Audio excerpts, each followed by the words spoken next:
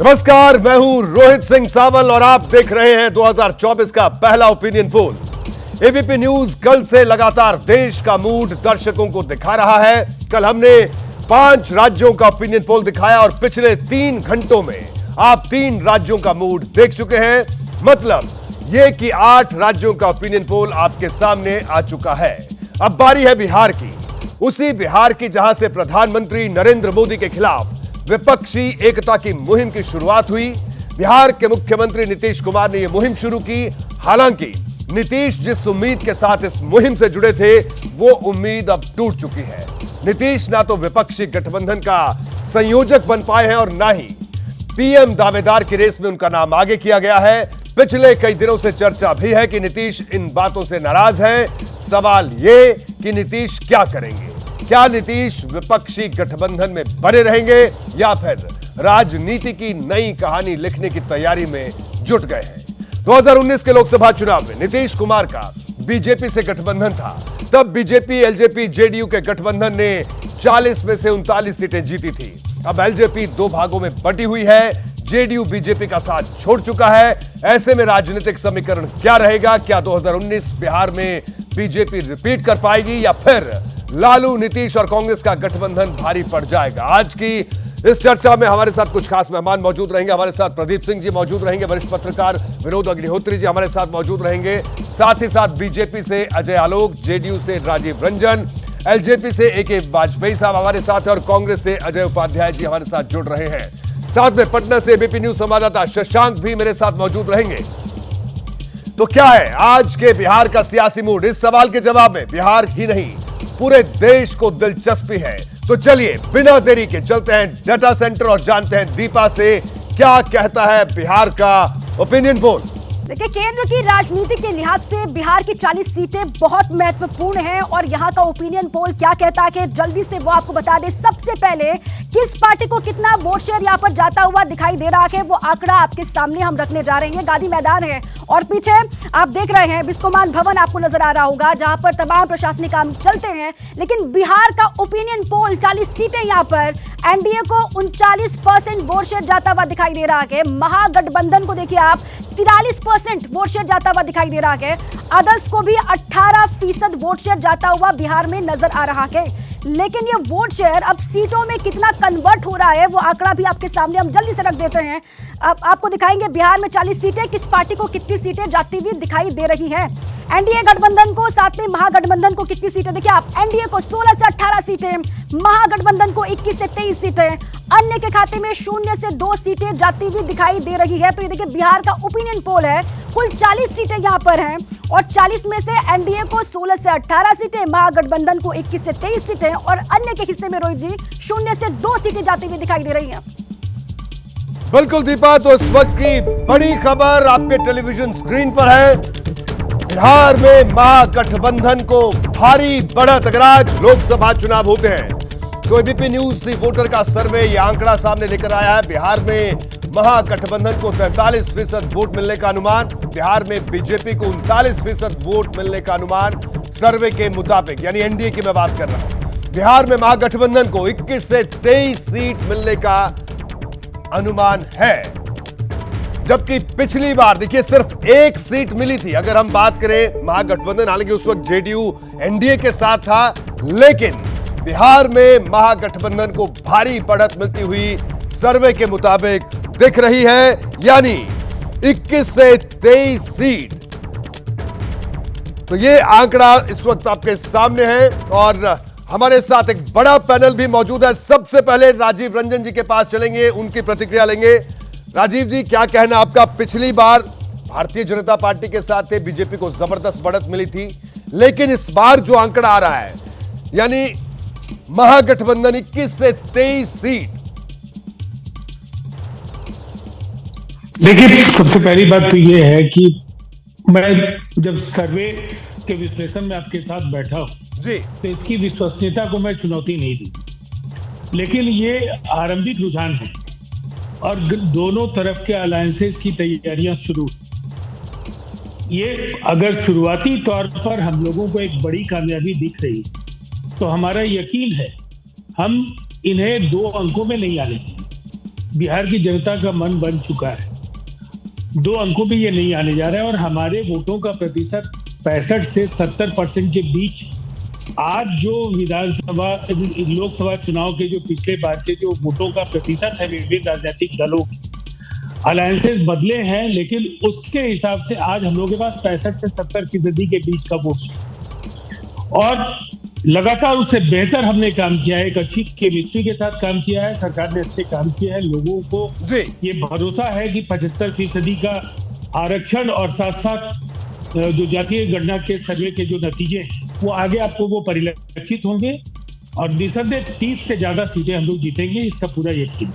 बिल्कुल, राजीव रंजन जी का कहना है कि भारतीय जनता पार्टी यानी एनडीए को दहाई का आंकड़ा भी नहीं छूने को मिलेगा बिहार में, ये वो दावा कर रहे हैं। अजय आलोक जी, आपकी प्रतिक्रिया, क्या कहना है? देखिए, भारतीय जनता पार्टी यानी एनडीए 16 से 18 यानी बीजेपी तो इतनी सीटों पर लगभग लड़ी थी पिछले चुनाव में भी, वो तो रिटेन हो रही है, लेकिन एनडीए को तो नुकसान है। और अभी राजीव रंजन जी का ये दावा है, वो कह रहे हैं कि दहाई का आंकड़ा नहीं छूने देंगे आपको।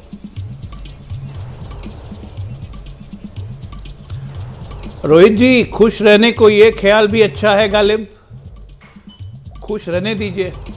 पिछले 1 साल में 3 उपचुनाव हुए हैं, सारा का सारा महागठबंधन लड़ रहा था अकेले बीजेपी से, तीनों सीट पे हम लोग जीते।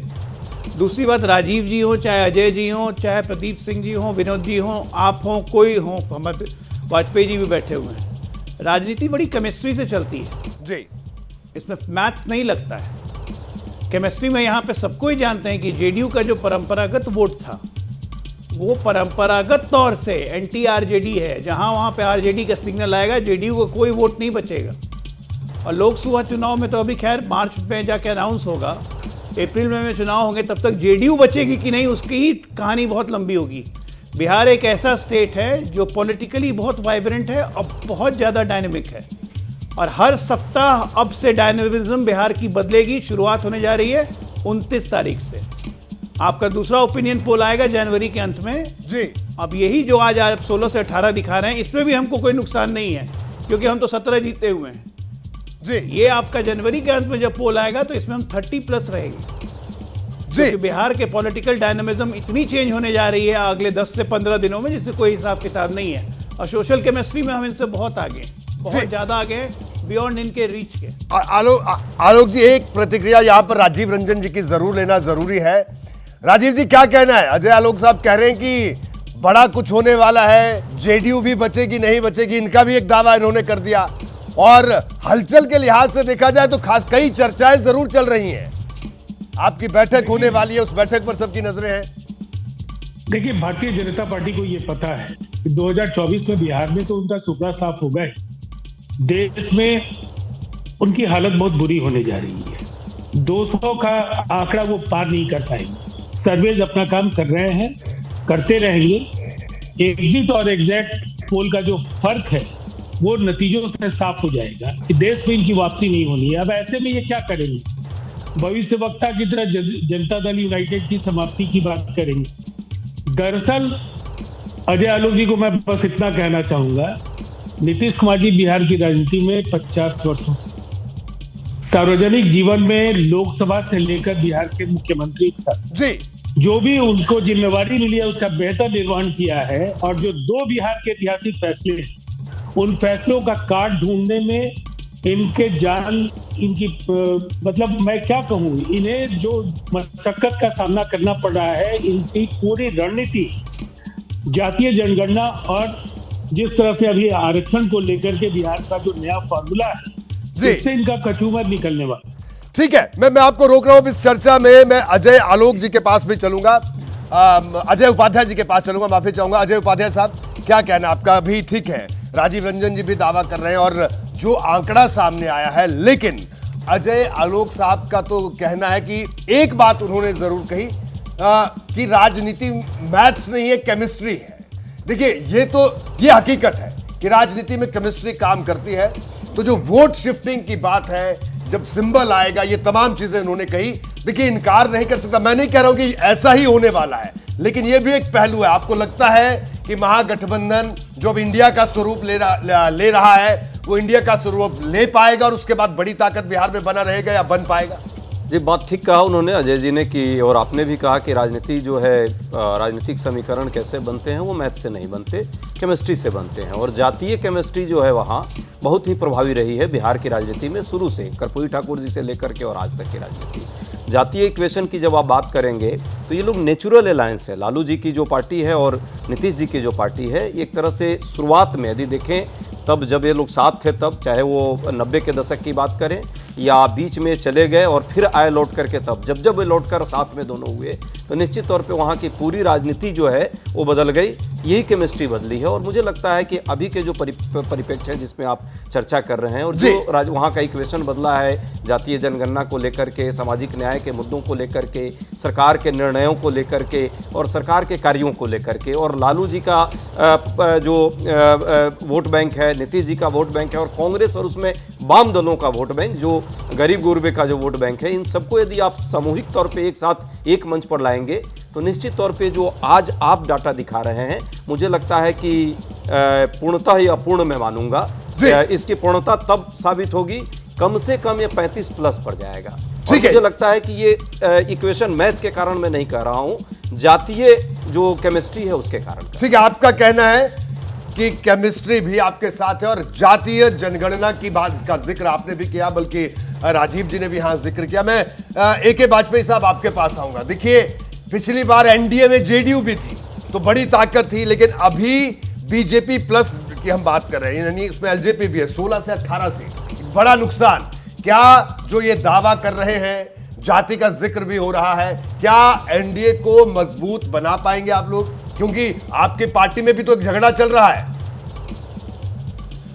ऐसा है कि बिहार की जनता जो है वो उनके मन में एक सवाल है कि 15 साल लालू यादव ने राज किया, 18 साल से नीतीश बाबू याद करें, मिला क्या?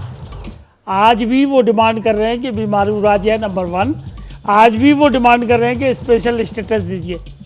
और 30 साल के बाद जातिगत जनगणना के सवाल पे आप खड़े हो रहे हैं और जनता को मूर्ख बनाने की कोशिश कर रहे हैं।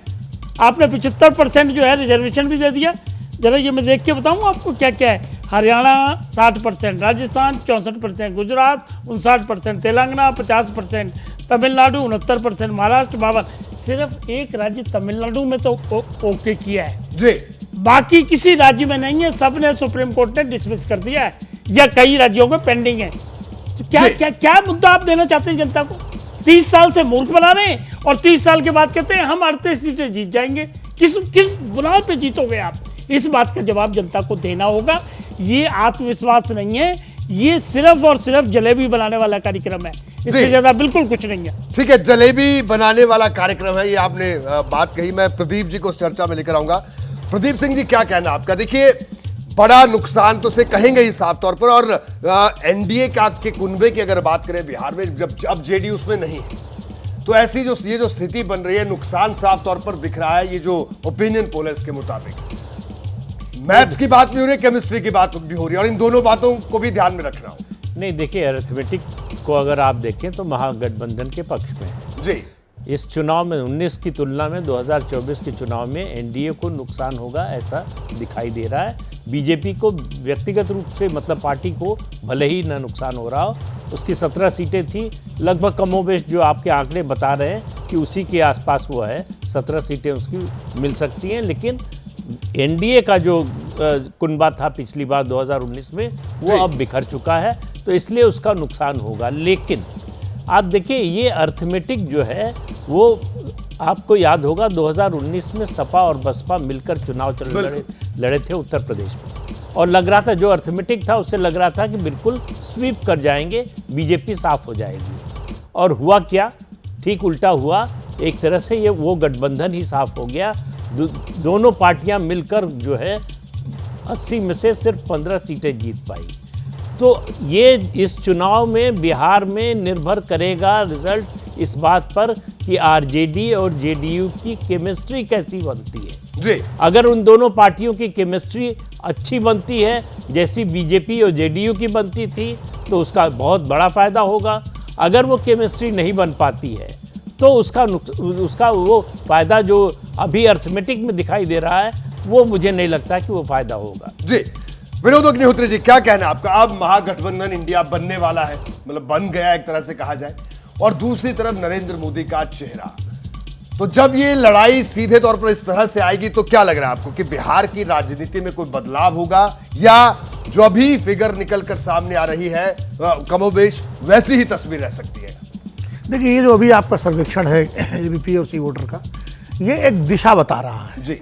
अंतिम परिणाम तो 2-3 महीने बाद जब चुनाव होंगे तब आएंगे, लेकिन दिशा बता रहा है। और दिशा, जैसा कि प्रदीप जी ने भी कहा और लगभग हम सभी मानते हैं, अगर अंकगणित के हिसाब से देखें तो बिहार के 3 बड़े नेता थे सामाजिक न्याय के जी। लालू प्रसाद यादव, नीतीश कुमार और रामविलास पासवान जी। स्वाभाविक रूप से जिस वैचारिक स्कूल से आते थे, ये एक ही स्कूल के थे, स्वाभाविक सहयोगी थे। अगर ये तीनों एक साथ रहते तो बिहार में फिर किसी की जरूरत ही नहीं थी, न बीजेपी होती वहाँ और ना कांग्रेस, तो खैर पहले से खत्म हो गई थी। लेकिन राजनीति का तकाजा है कि अलग अलग हो गए, लालू नीतीश अलग हो गए, रामविलास जी इधर रहे फिर उधर चले गए, तो वो एक अलग स्थिति बन गई। अभी अजय आलोक जी ने कहा कि स्वाभाविक रूप से आरजेडी और जेडीयू का वोटर जो है वो एक दूसरे के खिलाफ वोट नहीं करता है, लेकिन इसका अपवाद है 2015 जी। 2015 में यही कहा जाता था। अजय जी तब जेडीयू में थे और तब हम लोगों के साथ बैठ के वही कहते थे जो आज मैं कह रहा हूँ। वो उसने वोट किया 2015 में महागठबंधन को, और महागठबंधन ने 178 सीटें जीती। बाद में नीतीश जी फिर बीजेपी में आ गए और उसका वो वोट चला गया एनडीए में 2019 में, और 39 सीटें एनडीए ने जीती। अभी जो आंकड़ा दिखा रहे हैं जिसमें 17-18 सीटें आप दिखा रहे हैं एनडीए को, उसमें एनडीए है, बीजेपी नहीं है, एनडीए। उसमें 2-4 सीटें एलजेपी और जीतन राम मांझी और इनकी भी होंगी, तो कहीं ना कहीं बीजेपी को भी 4-5 सीटों का लॉस होगा अगर यही नतीजे होते हैं तो लॉस सर्वे के हिसाब से। लेकिन जैसा प्रदीप जी ने कहा, मैं बिल्कुल सहमत हूँ, अगर ये केमिस्ट्री बन जाती है अंकगणित के साथ तो निश्चित रूप से परिणाम महागठबंधन के पक्ष में होंगे। लेकिन अगर केमिस्ट्री नहीं बनती है और झगड़े झंझट चलते रहते हैं तो फिर अपेक्षा के अनुरूप शायद परिणाम ना हो। तो ये केमिस्ट्री पर बहुत डिपेंड करता है निश्चित रूप से। जो अभी उत्तर प्रदेश का उदाहरण दिया, 2019 में सपा और बसपा की केमिस्ट्री नहीं बनी, लेकिन 1993 में सपा बसपा की केमिस्ट्री बन गई थी। बिल्कुल, तो ये दोनों तरह के उदाहरण। लेकिन विनोद जी, मैथ्स की बात हुई, केमिस्ट्री की बात हम सब ने यहां पर की, लेकिन एक हिस्ट्री की बात भी यहां पर करनी होगी, उस पर मैं आऊंगा, क्योंकि इतिहास भी बहुत कुछ कहता है, कब कोई किसके साथ शामिल हुआ था, कब होगा, ये भविष्य की बात है। शशांक के पास जल्दी से चलते हैं। शशांक, जो ओपिनियन पोल आया इस वक्त, उस पर बिहार की जनता क्या कुछ कह रही है? जो देश का मूड आज हम दिखा रहे हैं, जो सर्वे के आंकड़े आए हैं, उस पर क्या कुछ कहना है यहां पर?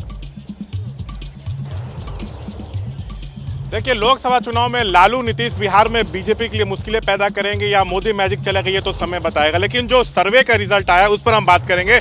हमारे सर्वे जो एबीपी और सी वोटर्स का हुआ, उसमें दिखाया जा रहा है कि 21 से 23 सीट 40 में से महागठबंधन के खाते में जा सकता है और 16 से 18 एनडीए के। आप लोग को क्या लग रहा है? मुझे लगता है कि एक तरफाबाजी मारेगी बीजेपी, ठीक है, क्योंकि बीजेपी का जो अप्रोच है वो बहुत ज़्यादा है, और यहाँ पे एनडीए की सरकार बनेगी, एलपीजी और बीजेपी की। केंद्र में एनडीए की? नहीं, केंद्र की बात कर रहा हूं। केंद्र में तो वो तो बनेगा ही एनडीए की। अच्छा, क्या लग रहा है? हमारा जो सर्वे है उसमें तो 21 से 23 सीट महागठबंधन को दिखाया जा रहा है, 40 सीट में से जो लोकसभा चुनाव होना है, एनडीए को 16 से 18। आप लोग को क्या लग रहा है? लोकसभा के सीट में एनडीए ही जीतेगी, एनडीए ही 25+ लीड करेगी 40 में से। तो बढ़त रहेगा एनडीए को? जी बिल्कुल, एकदम बिल्कुल। अच्छा, आपको क्या लग रहा है? देखिए, 30+ सीट रहेगा बीजेपी का, मतलब एनडीए 30+? हाँ, एनडीए 30+ एकदम 100%। लालू नीतीश कमजोर पड़ जाएंगे? कमजोर पड़ जाएंगे। लेकिन अभी जो सर्वे आया है उसमें तो बढ़त महागठबंधन को है। वो बात आप जो बोल रहे हैं सही बात बोल रहे हैं सर, लेकिन जो 22 जनवरी को जो होने वाला है, जो राम जी जो आप पधार रहे हैं, तो 1 से 1 सीट से और देकर बीजेपी को लाएंगे। अच्छा, आप लोग को क्यों लग रहा है? आपको क्या लग रहा है? मोदी जी आएंगे। क्यों क्या ऐसा काम किए हैं जो आप लोग को लगता है कि वो आएंगे? ज़्यादातर कि ये राम मंदिर का जो कार्य चल रहा है, इस वजह से जहाँ तक आ सकते हो। अच्छा, तेजस्वी इतना लोगों को रोजगार दे रहे हैं, शिक्षकों को रोजगार मिल रहा है, बिहार में जातीय गणना हुआ, तो इससे ही लोगों को लोकसभा में कोई फायदा बिहार में नहीं होगा? कोई फायदा बिहार में नहीं है। लोकसभा जातीय जनगणना ये होना ही नहीं चाहिए था बिहार में, इससे कोई फायदा नहीं है। आज भी स्टूडेंट बेरोजगार हैं, कल भी बेरोजगार थे। किसको बढ़त रहेगी बिहार में? बिहार में सिर्फ बीजेपी ही आएगी तो आएगी इस बार। अच्छा, आपको क्या लग रहा है बिहार में? लालू यादव आएंगे। लालू जी की बढ़त रहेगी, मतलब महागठबंधन? क्यों? अरे आपको क्या लग रहा है? अभी जिस तरह से रोजगार दी जा रही है, गवर्नमेंट दे रही है, इस तरह से लगता है कि युवाओं को उन्हीं को सपोर्ट करना चाहिए। मतलब बिहार में महागठबंधन को बढ़त रहेगा? यस। हम लोग का जो सर्वे है उसमें 21 से 23 सीट अभी महागठबंधन। बिहार में आरजेडी की सरकार पूर्ण बहुमत से बनेगा। केंद्र की बात हो रही है। हाँ, केंद्र में 40 के 40 सीट बिहार से आरजेडी का महागठबंधन का सीट रहेगा। क्यों मोदी को क्यों नहीं? क्योंकि वहाँ पे देखिए हमारे युवा नेता तेजस्वी यादव है, रोजगार दे रहे हैं। अभी हाल में शिक्षक वाला जो है बीपीएस शिक्षक वाला है, वो गांधी मैदान शिक्षक वाला रोजगार दिए हैं। और भी युवा हैं। आप लोग को क्या लग रहा है कि किसको ठीक है बिहार में बढ़त रहने शशांक तो बड़ा देखिए बिल्कुल बिहार राजनीतिक तौर पर बहुत बेहद वाइब्रेंट स्टेट है और उसी तरह के हमें वहां पर लोगों की बात भी निकलकर सामने आई, अलग अलग बात कह रहे हैं, तथ्यों के साथ अपनी बात कह रहे हैं, सबका अपना अपना आकलन है। एक बार फिर से मैं राजीव रंजन जी आपके पास आऊंगा। राजीव जी, अभी हमने चर्चा की, केमिस्ट्री की बात भी हुई, मैथ की बात भी हुई, लेकिन हिस्ट्री इतिहास भी है बिहार की राजनीति का एक। ठीक है, पॉलिटिकल पार्टियां कब कोई किससे गठबंधन कर ले वो बिल्कुल जाहिर सी बात है, जो गठबंधन करने वाली पार्टियों पर निर्भर करता है। लेकिन बिहार में पिछले 19 से लेकर अगर 24 के बीच का जो कालखंड रहा, जो बड़े राजनीतिक जो घटनाक्रम हो, उसके बाद जो ताजा स्थिति है, बार बार इंडिया गठबंधन की अगर बात करें, इंडिया गठबंधन को लेकर चर्चा हुई कि नीतीश जी को बनाया जाएगा कोऑर्डिनेटर या प्रधानमंत्री पद का प्रत्याशी उनको घोषित किया जाएगा, तो ये कुछ भी नहीं हुआ। तो इससे कहीं ना कहीं बैकफुट पर जेडीयू दिख रही है, ऐसी भी एक चर्चा। इस पर आपकी राय क्या है? इस पर आपकी क्या टेक है आपका? मैं आपको इसका जवाब दो हिस्से में दूंगा। एक नैरेटिव बनाने की जो कोशिश है जी, हम इसका भी जमकर मुकाबला करेंगे। भारतीय जनता पार्टी को केवल हमसे नहीं लड़ना, भारतीय जनता पार्टी को अपने अंदर जिन लोगों का वो वीआरएस प्लान कर रहे हैं, कद्दावर नेताओं का वीआरएस प्लान कर रहे हैं, एक बड़ी बात है पूरे देश में, उनके भी साथ उन्हें निपटना होगा। और हमारी चुनौती बहुत बड़ी है। अपुष्ट और जो भ्रामक खबरों के आधार पर इंडिया गठबंधन के अंदर गांठें ढूंढने का काम जो लोग भी कर रहे हैं, उन्हें ये जरूर मानना होगा कि नीतीश कुमार जी ने न प्रधानमंत्री पद के लिए अपनी दावेदारी कभी की, न कभी अपनी आकांक्षा जाहिर की, और संयोजक पद को लेकर के उनके अनेक बयान आ गए।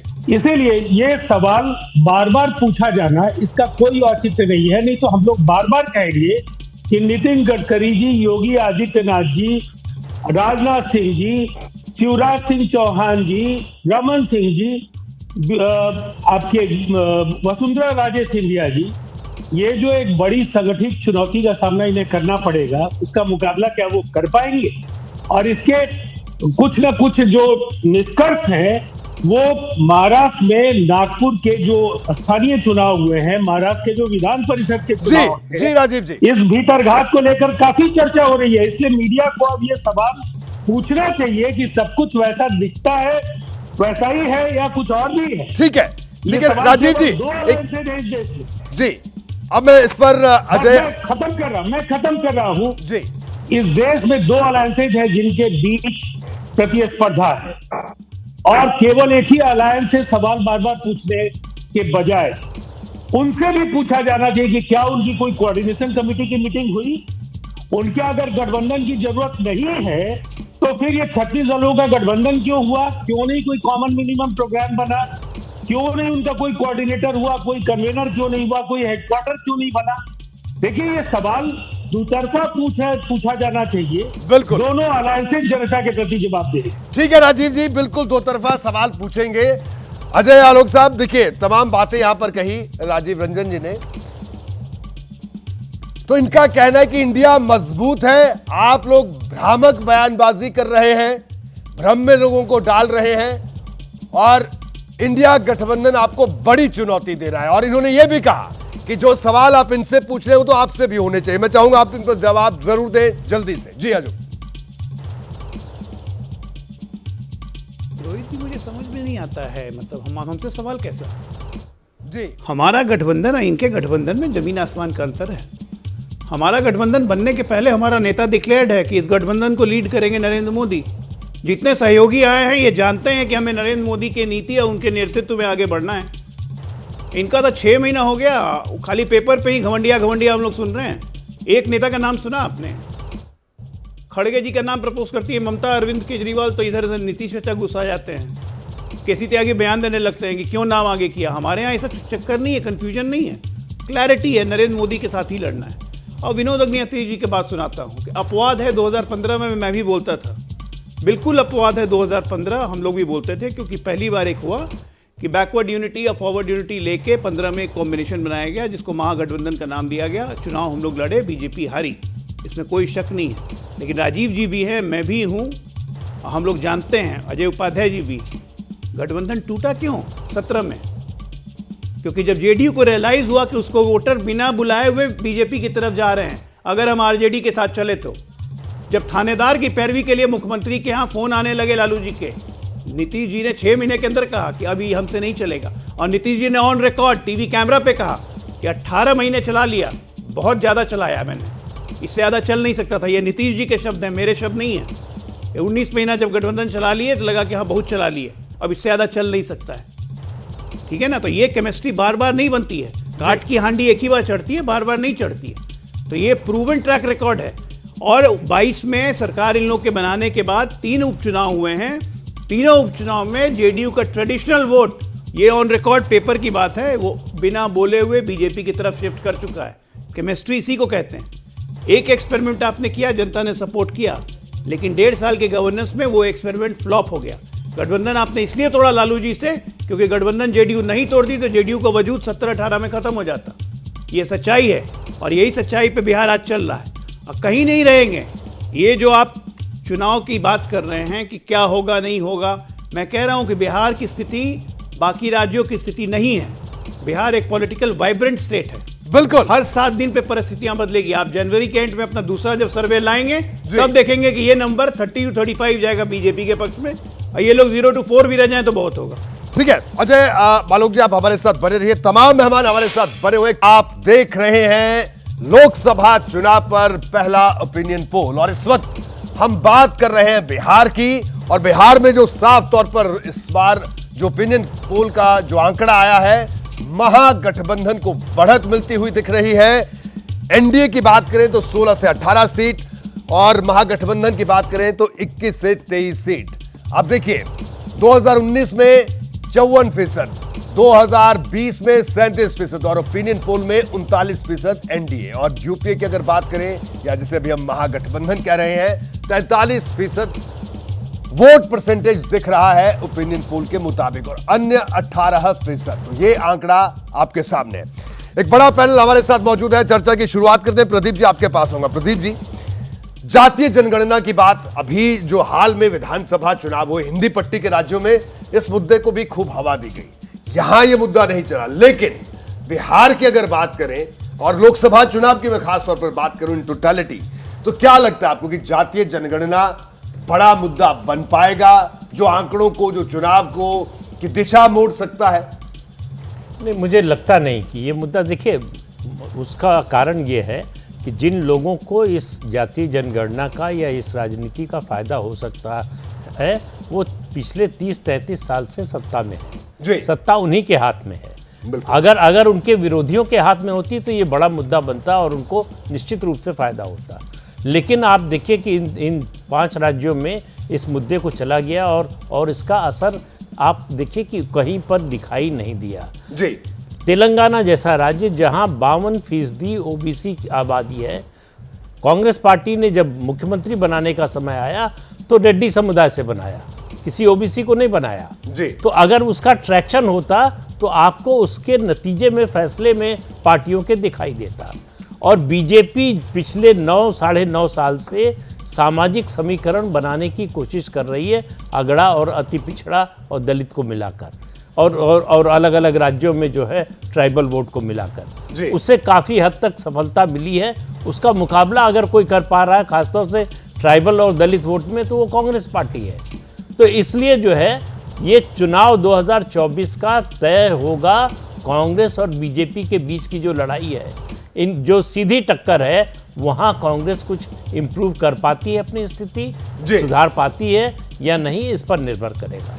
बिल्कुल। विनोद अग्निहोत्री जी, मैं आपके पास आऊंगा। विनोद जी, क्या लगता है आपको कि सीधे तौर पर अगर इसको हम देखते हैं, एनडीए से जेडीयू बाहर है, एलजेपी है एनडीए में, तो जो जेडीयू की जो कमी है वो भारतीय जनता पार्टी को बिहार में वो उसको पूरा करने में खासी मशक्कत करनी पड़ेगी, और वो एक बड़ी वजह है यहां पर, इन आंकड़ों में भी दिख रहा है, रिफ्लेक्ट हो रहा है साफ तौर पर। देखिए, वो कमी जो है कोशिश की जा रही है, जीतन राम मांझी, उपेंद्र कुशवाहा जैसे छोटे छोटे दे, आप एलजेपी तो पहले से भी है, लेकिन ये सारे लोग जो है 2015 में भी थे जी बिहार में, तो और तब भी जो है नतीजे, क्योंकि वहाँ जो पिछड़ों की राजनीति है उसके दो सबसे बड़े नेता हैं, लालू प्रसाद यादव और नीतीश कुमार जी। अब और दलित राजनीति के सबसे बड़े नेता रामविलास पासवान जी थे, जिनके बेटे चिराग पासवान, उनके पास विरासत है उनकी जी। अब वही बात है कि किस हद तक नीतीश कुमार अपने वोट बैंक को संभाल के रख सकते हैं और किस तरह से केमिस्ट्री बन सकती है आरजेडी जेडीयू लेफ्ट का मतलब वहाँ सीपीआईएमएल है जी। सीपीआई वगैरह है, लेकिन मेन सीपीआईएमएल की वहाँ ज़्यादा ताकत है, और कांग्रेस के साथ का भी 6-7% वोट जो है, ये केमिस्ट्री जितनी मजबूत होगी उतना ही इनके हक में परिणाम होंगे, और अगर केमिस्ट्री बिगड़ती है तो नुकसान होगा। अभी जैसे अजय जी ने कहा कि नीतीश कुमार का जनता दल खत्म हो गया होता अगर वो आरजेडी के साथ बने रहते लंबे समय तक, और उसी से चिंतित होकर के उन्होंने आरजेडी से अलग होकर बीजेपी का साथ दिया जी। लेकिन जनता दल फिर भी घाटे में रहा जी। बिहार 2020 में 2015 में जिस जनता दल ने 73 या 74 सीटें जीती थी, मतलब आरजेडी, उसने 2020 में वो 42 सीट पे आके अटक गया जी। तो यानी कुल मिलाकर के नुकसान नीतीश कुमार जी का अगर आरजेडी के साथ हो रहा था तो बीजेपी के साथ जाकर भी कोई फायदा नहीं हुआ उनका उसमें, बल्कि बीजेपी का 2019 में जरूर फायदा हुआ एनडीए का, जब 40 में 39 सीटें जीती। तो चुनाव जो होता है, लोकसभा का चुनाव, विधानसभा का चुनाव, अलग अलग नैरेटिव्स होते हैं, अलग अलग मुद्दे होते हैं। एक बात मैं और कहूंगा कि देखिए, जाति जनगणना का मुद्दा मैं नहीं मानता कि फेल हो गया है, लेकिन ये मुद्दा अभी ढंग से नीचे तक पहुंचा नहीं। कोई भी मुद्दा जब नीचे तक पहुंचता है तब उसका असर सामने आता है। उदाहरण के लिए कि मंडल कमीशन वीपी सिंह लाए, लेकिन 1990-91 का चुनाव जनता दल हार गया बुरी तरह से, क्यों नीचे तक उसने पहुंचे नहीं था, खाली बिहार में पहुंचा था, बिहार में लालू प्रसाद यादव जीते थे। राम मंदिर का मुद्दा बीजेपी 1988 में लेती है अपने एजेंडे में, लेकिन उसको पूर्ण बहुमत मिलता है 2014 में।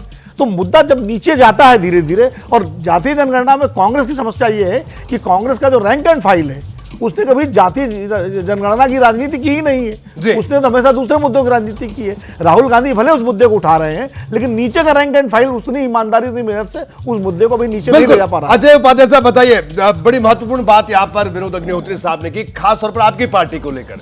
राहुल गांधी ने भले ही जिक्र किया, उन्होंने कहा लेकिन इस मुद्दे को आप मासिस में नहीं अभी तक ला पाए हैं। ठीक है, समय की कमी थी, और अभी जिस तरह की नैरेटिव चल रही है पूरे देश में, एक्चुअली है क्या, जातीय जनगणना का प्रश्न यदि हम उसको सिर्फ राजनीति से जोड़ करके और वोट बैंक की पॉलिटिक्स से देखेंगे तो उसके मायने अलग हो जाते हैं, लेकिन यदि वो प्रतिबद्धता के तौर पे सामाजिक न्याय के संदर्भ में देखेंगे तो मुझे लगता है कि जो जागरूकता पूरे देश में धीरे धीरे पैदा हो रही है कि सभी को जिसकी जितनी भागीदारी, उसके जिसकी जितनी संख्या है उसके हिसाब से उसको मिलना भी चाहिए। और मुझे लगता है यहाँ कोई भी पैनल में बैठा हुआ व्यक्ति ये इसको अस्वीकारेगा नहीं। कहीं ना कहीं वो जागरूकता बढ़ रही है, पार्टिसिपेशन लोगों का बढ़ना चाहिए, और मुझे लगता है आने वाले समय में इसका जो प्रभाव है न केवल राजनीतिक क्षेत्र में, बल्कि इस राजनीति के परिधि से बाहर जाकर के भी सामाजिक और बाकी क्षेत्र में। लेकिन अजय जी, हिंदी पट्टी के 3 राज्यों में भी आपने जिक्र किया, कोई फायदा कांग्रेस को नहीं हुआ। एकदम आपने ठीक कहा, कोई फायदा नहीं हुआ ऐसा नहीं है, पर ये जरूर है कि हम जितने परिस्थितियों में, जिन परिस्थितियों में तो जहां तक पहुंचा सकते थे, शायद वो मुद्दा सच में अभी नीचे डीप रूटेड नहीं हुआ है। आने वाले समय में वो होगा। और लोकसभा के, देखिए, लोकसभा का जो चुनाव है, ये लोकसभा का चुनाव किसी एक मुद्दे पर सिर्फ नहीं होगा, मुद्दे कई होंगे। केंद्र सरकार के जो फेल्योर्स हैं उस पर भी होंगे, राज्यों की जो राजनीति है उस पर भी होंगे, बिहार में जो जातीय इक्वेशन बदला है बिल्कुल कई मुद्दे होंगे। बिल्कुल, ध्रुवीकरण की राजनीति जो है, जातीय ध्रुवीकरण की जो राजनीति है, उसका भी परिणाम जो है बिहार में हमारे गठबंधन के साथ। बिल्कुल। AK वाजपेयी साहब, आपसे सवाल है, मेरा सवाल ये कि क्या जो एनडीए की बात करें, एनडीए में जो जेडीयू की कमी है, उस कमी को क्या एलजेपी बिहार में पूरा करेगी भारतीय जनता पार्टी के लिए? क्योंकि देखिए, आपकी पार्टी की अगर पूरी एलजेपी की बात करूं मैं, तो वो खुद ही एक तरह से 2 धड़ों में बटी हुई है। तो किस तरह से वो जेडीयू की कमी को आप पूरा करेंगे, जो सहयोगी अपने सहयोगी का साथ देंगे बिहार में, और कैसे? देखिए, एक बात तो बड़ी क्लियर है कि पीछे 19 में 17 सीटों पे बीजेपी लड़ी थी और 16 पे ये लड़े थे शायद जेडीयू वाले जी। तो वो 16 सीटें खाली हो गई हैं। अब 16 सीटों में हम लोग मिलके किसके पास अच्छे कैंडिडेट हैं उसके हिसाब से तय हो जाएगा। जी। 16 तो वेकेंट है ना, एडमिटेडली वेकेंट है। यानी 16 पर आप दावा ठोक रहे हैं? एक सेकंड, नहीं दावा हम नहीं ठोक रहे, ऐसे ऐसे थोड़ी एकदम कहते हुए दावा ठोक रहे हैं। अरे तो बोल दीजिए ना, वाजपेयी साहब दावा ठोकने में क्या दिक्कत है? 7 वो ऐसे जो 7 लड़े थे, जी। तो 16, 7, 23। नहीं वाजपेयी साहब दावा, Please, राजनीति में अगर आप दावा नहीं ठोक पाए तो फिर बताइए क्या? तो देखिए अजय आलोक जी मुस्कुरा रहे हैं वहां पर, अजय आलोक जी मुस्कुरा रहे हैं, सुन रहे हैं आपका दावा, लेकिन आप दावा करने को तैयार नहीं। 23 सीटों पर दावा है, इधर उधर 7 तो लेंगे, इधर उधर न करें चीजों को। बड़ा साफ है कि 16 सीटें खाली हैं, उसमें मेन हमको ये देखना है और बीजेपी को ज्यादा तौर से देखना है किसके पास विनेबल कैंडिडेट्स हैं। देखिए एक एक सीट इंपॉर्टेंट है, तो उस हिसाब से वो हमारा तय हो जाएगा, हमारे झगड़े। अब मैं तो दूसरी बात करता हूँ, ये जो मामला है ना, हमारा खुद का एक्सपीरियंस है अपने जी बोलिए। इस बात का कि पासवान साहब एक बार लालू जी से मिलके लड़े जी, तो बाद में जब हमने डाटाज देखे तो हमारा वोट तो शिफ्ट हो गया और लालू यादव का वोट शिफ्ट नहीं हुआ। तो मैं ये इशारा इसलिए कर रहा हूं कि लालू यादव का वोट जो है ना, वो नीतीश कुमार के पास भी शिफ्ट नहीं होता है। और अभी अजय ने सही बताया कि इसीलिए इधर चले गए थे, वापस इधर आ गए। 15 में तो शिफ्ट हुआ था। 15 में वो विधानसभा अलग है, देखो तो शिफ्ट हुआ था ना। 15 विधानसभा अलग है, लोकसभा अलग है। लोकसभा पहली बार मिलकर लड़ेंगे, ये लड़े नहीं लोकसभा मिलकर। ये तो आप खुद ही कह रहे हो कि लोकसभा में अलग पहली बार मिलकर लड़ेंगे लालू और हमारा सिर्फ एक पहली बार लड़ेंगे। हमारा कंक्लूजन सिर्फ ये है क्योंकि हम तो लड़े हैं लोकसभा। आप लड़े हैं, लेकिन नीतीश और लालू का टेस्ट अब होगा। हम अपनी बात कर रहे हैं, तो हमारा मानना ये है कि वोट शिफ्ट होना इतना आसान नहीं होता, नंबर 1।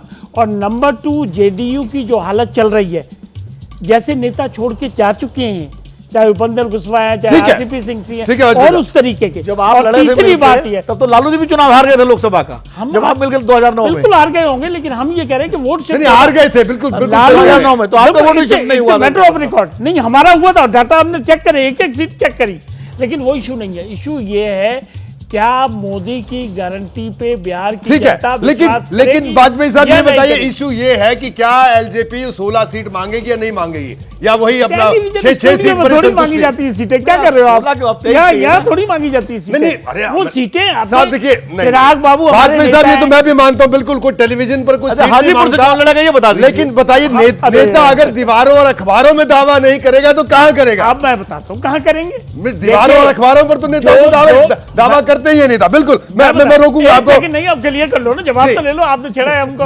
देखिए, वो नेता सबसे सर्वोच्च ईमानदार होता है जो अपनी पार्टी को बढ़ाए, अपने मेंबर ऑफ पार्लियामेंट को बढ़ाए, एमएलओ को बढ़ाए, और उसके लिए किसी हद तक लड़ाई करे अलायंस में बैठ के। ठीक है, और वो हम भी करेंगे। ठीक है, बिल्कुल। मैं राजीव रंजन जी आपके पास आऊंगा। राजीव जी, एक बड़ा अहम सवाल है, ये 29 तारीख को जो आपकी बैठक होने वाली आपके संगठन की, उसको लेकर बड़ी चर्चा है। सुशील मोदी जी ने तो ट्वीट तक कर दिया, अजय आलोक जी की पूरी पार्टी, पूरे बिहार, उनकी पूरी पार्टी की नजर है, और उसी वजह से कई दावे ये कर रहे हैं। ये क्या कुछ होने वाला, कोई बड़ी बैठक है क्या, कुछ खास होने वाला है? कुछ अगर आप कहना चाहें, बताना चाहें। देखिए, सबसे पहले नीतीश कुमार जी ने भारतीय जनता पार्टी और एनडीए के नाभि स्तर पर प्रहार किया है, इनके ताबूत में आखिरी कील ठोकी है। इसीलिए आप एनडीए के नेताओं के कटुतापूर्ण बयानों को लेकर बहुत हैरान नहीं। अब कई बार नसीहतें हम किनसे सुनते हैं? एलजेपी जो खुद 2 टुकड़े में बटी है, इनकी झोपड़ी में भारतीय जनता पार्टी ने आ गई।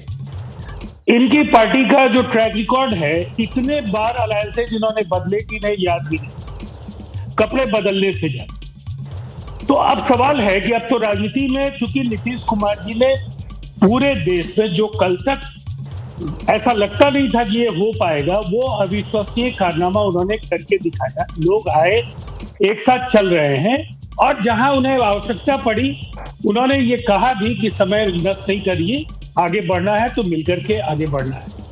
अब मेरा यकीन है, देखिए बिहार में तो जो आंकड़े हैं, ये सच है कि हम 34-35 सीटों से कम नहीं जीतने जा रहे। क्या होगा एलजेपी का? एलजेपी को सजा मिलेगी। जो विधानसभा चुनाव में इन्होंने आत्मघाती दस्ते की तरह काम किया था, उसका जवाब भी बिहार की जनता ने। लेकिन भारतीय जनता पार्टी के लिए भी बिहार की, आप देख रहे हैं, देश विविधताओं का ये देश है, अलग अलग राज्यों की अलग परिस्थिति है, और वैसे में दक्षिण भारत हो या पूर्वी भारत हो, एक बड़ी चुनौती है। पश्चिमी भारत में, महाराष्ट्र में इनकी बड़ी चुनौती। और मैं तो आज के विश्लेषण में, चूंकि वो विषयांतर होगा, नहीं तो ये 400 सीटों का जो ये जी, 50% से ज्यादा की रणनीति पर ये काम कर रहे हैं, उससे ज्यादा बड़ा फरेब और झूठ नहीं है। मैं राज्यवार वो आंकड़े आपको दे दूंगा जहां इनके पसीने छूट जाएंगे। अब पिछले वोट प्रतिशत को राजीव जी रोकना चाहूंगा, विनोद अग्निहोत्री साहब कुछ कहना चाह रहे हैं। विनोद जी जल्दी से अपनी बात कहिए। मैं बात जोड़ूंगा कि बिहार की संवेदनशीलता को कांग्रेस पार्टी समझ रही है, इसीलिए कांग्रेस पार्टी ने मोहन प्रकाश को बिहार का इंचार्ज बनाया है। और चूंकि मोहन प्रकाश समाजवादी आंदोलन और लोकदल और जनता दल की राजनीति से निकले हुए हैं, उनके लालू जी और नीतीश कुमार से व्यक्तिगत बहुत से संबंध है, इसीलिए मैं कह रहा हूं कि वहां पर कुछ न कुछ कांग्रेस पार्टी अपनी भूमिका देख रही है। जी बिल्कुल।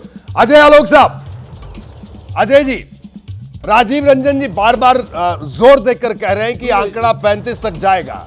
ठीक है, बिल्कुल। मैं बार बार ये कहता हूं, हमेशा अपनी डिबेट में कहता हूं कि दावे जरूर करने चाहिए राजनीतिक दलों को, लेकिन एक बड़ा सवाल जातीय जनगणना की बात है। इनका कहना कि बिल्कुल ग्रास रूट तक जब लेकर जाएंगे तो ये इशू वहां पर कन्वर्ट करेगा किसी ना किसी तरीके से। तो क्या भारतीय जनता पार्टी की अगर बात करें तो मैं बार बार आपसे भी यही सवाल करना चाहूंगा कि जो जेडीयू की कमी है उस कमी को आप कैसे पूरा करेंगे? अब देखिए, बिल्कुल अगर हम देखते हैं तो वो एक बड़ी कमी तो है, उस कमी को कैसे पूरा करेगी भारतीय जनता पार्टी या एनडीए? तो रोहित जी देखिए, अभी राजीव जी ने कहा वाजपेयी जी की पार्टी के बारे में कि इतने बार गठबंधन बदल दिए, इतने बार ये कर दिया, लेकिन ये वाजपेयी जी की पार्टी थी 2020 के चुनाव में, विधानसभा के चुनाव में, जिसने जेडीयू को 43 पे ला दिया। ये सच्चाई हम लोग जानते हैं अच्छी तरह से जी। हम लोग सबको उस वक्त जेडीयू में ही थे। उसके बाद जो हुआ, इनकी पार्टी में टूट हुआ, परिवार में टूट हुई, वो अलग मैटर है जी। उसमें किसकी क्या भूमिका थी सबको पता है, लेकिन 43 पे जेडीयू का आना ये वाजपेयी जी की पार्टी की देन है और ये सच्चाई है। तो आप ये सोचिए कि फ्लक्चुएटेड मतदाता इतना होता है कि कोई पार्टी अगर कैंडिडेट देती है तो उसकी कमिटमेंट टुवर्ड्स जेडीयू खत्म होकर वो एलजेपी में चली जाती है। ये होती है केमिस्ट्री, इसी के मैं बात कर रहा हूं। दूसरी बात, जातीय जनगणना की बात आप लोग करते हैं, तो मैं एक बात बता रहा हूं भाई, कांग्रेस और ये घमंडिया एक बात समझे, किससे लड़ रहे हो आप उस व्यक्ति से लड़ रहे हो जिसके दिमाग में मंडल है और दिल में कमंडल है। गया मंडल और कमंडल की राजनीति का जमाना, वो दोनों चीज संभाल के बैठा हुआ है नरेंद्र मोदी, जिसकी गारंटी है देश में, और उसकी गारंटी गांव के कोने के अंत में बैठा हुआ व्यक्ति भी मानता है कि हाँ, नरेंद्र मोदी की गारंटी है और हमें मिलेगा, क्योंकि आज तक मिलते आया है। बिहार में मैं बता रहा हूं आपको, 72 लाख प्रधानमंत्री के आवास बन चुके हैं, तो लोगों को विश्वास है कि हमें और भी घर मिलेंगे। बिहार में उज्ज्वला योजना के तहत 3.25 करोड़ गैस सिलेंडर बांटे गए हैं, लोगों को लगता है कि हमें मिलेगा। किसान सम्मान निधि के तहत बिहार में 3.25 करोड़ किसानों को पैसे मिल चुके हैं, उनको लगता है मिलेगा। तो ये जब इक्वेशन आता है ना, गारंटी, विश्वसनीयता, यानी अजय आलोक जी आपका कहना है कि मोदी की गारंटी बिहार में चलेगी, ये आपको लगता है। एक बड़ा छोटा सा रिएक्शन शशांक पटना से हमारे साथ लगातार जुड़े हैं। शशांक, माफी चाहूंगा आपके पास, बड़ी देर से आया हूं, आप बाहर ठंड में खड़े हैं। संक्षेप में जल्दी से वहां लोगों से जरूर पूछिए कि ये जातीय जनगणना का मुद्दा है, वो सोचते हैं बनेगा मुद्दा, या है उनके लिए नहीं है? देखिए, सर्वे का रिजल्ट आया है, महागठबंधन को बढ़ा था, लेकिन बिहार सरकार जो जातीय गणना कराई है, इसका फायदा मिलेगा लोकसभा चुनाव में? पहले तो सबसे पहले जातीय जनगणना बिहार में नहीं करा, बिहार पहला राज्य बन गया है जातीय जनगणना करवाने में, तो ये आप पहले नहीं होना चाहिए जातीय जनगणना।